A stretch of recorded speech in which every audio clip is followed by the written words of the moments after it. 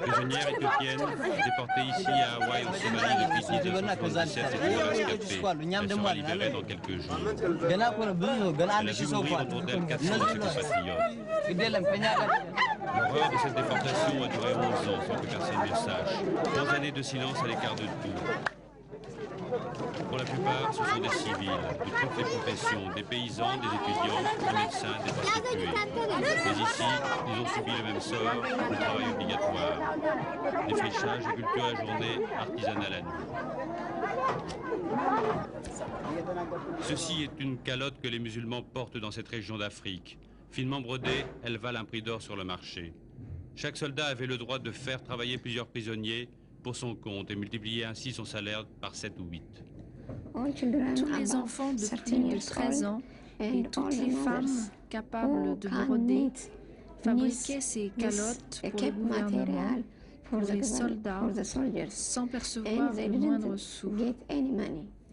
Mais après une longue période de lutte, ils ont commencé à payer 1 franc à 3 francs selon la qualité de la broderie. Plus tard, ils ont commencé à acheter ces calottes pour leur profit personnel, alors nous avons produit et vendu aux soldats. Celle-ci, en cours de fabrication, a été brûlée par les prisonniers eux-mêmes à l'annonce de leur libération pour les rendre invendables. C'est réellement ça qui a permis de sauver la vie d'un nombre important de prisonniers. Mais bien sûr, nous n'avons jamais été payés selon les prix habituels dans la région. Pour moi, il n'y a pas d'autre mot pour désigner ces pratiques que l'esclavage.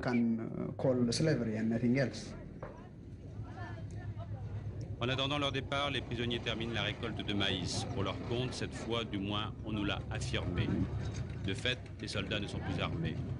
Cependant, il était interdit de filmer. Regardez au centre de l'image. Cet homme avec une canne sur l'épaule, c'est le major Hassan, l'organisateur du trafic de main-d'œuvre, de sinistre mémoire. Malgré les menaces, les prisonniers témoignent. Tous les prisonniers, nous devions travailler 24 heures sur 24, jour et nuit, sous la menace des armes braquées, le doigt sur la gâchette, sur la tempe des prisonniers. J'ai été esclave.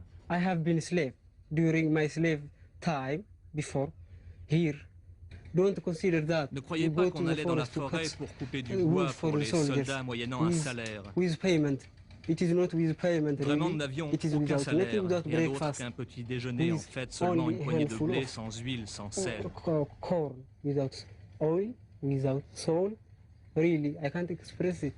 Je suis incapable de vous raconter. Dans ces forêts, beaucoup de mes frères ont perdu leur vie parce qu'il y avait des animaux sauvages. On se retrouvait nez à nez avec eux et beaucoup, un grand nombre de mes amis sont morts parce qu'ils ne connaissaient pas la région. C'est une région complètement sauvage, avec des animaux, des buffles, des lions.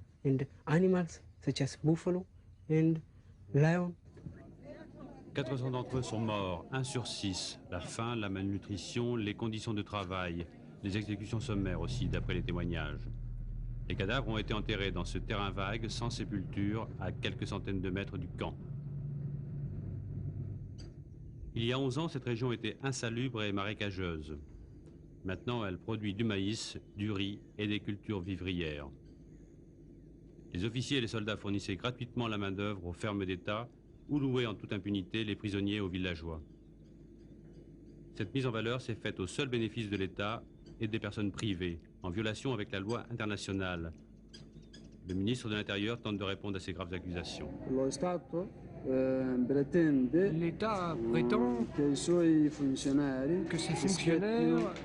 respectaient la loi, aussi bien nationale qu'internationale. Et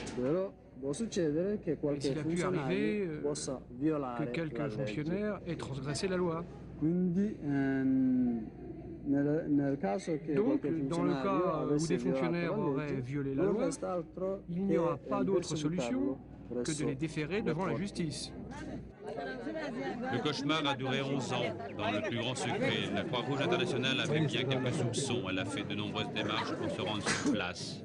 en vain. Bon, nous avons eu accès à Hawaï au mois de juillet 1988, bien sûr à la suite des accords de paix signés entre l'Éthiopie et la Somalie. Nous avons découvert l'horreur de 11 ans de détention de ces prisonniers de guerre. Et nous avons aussi pu mesurer l'effet du non-respect des conventions de Genève. Pendant 11 ans, ces personnes ont souffert dans des conditions extrêmement difficiles. Une fois vidé, le camp de Hawaï va être rasé. Il faut effacer les preuves des exactions maintenant condamnées officiellement. Il faut oublier que l'on s'est trompé de mode d'emploi. Pour les Éthiopiens libérés, cela sera certainement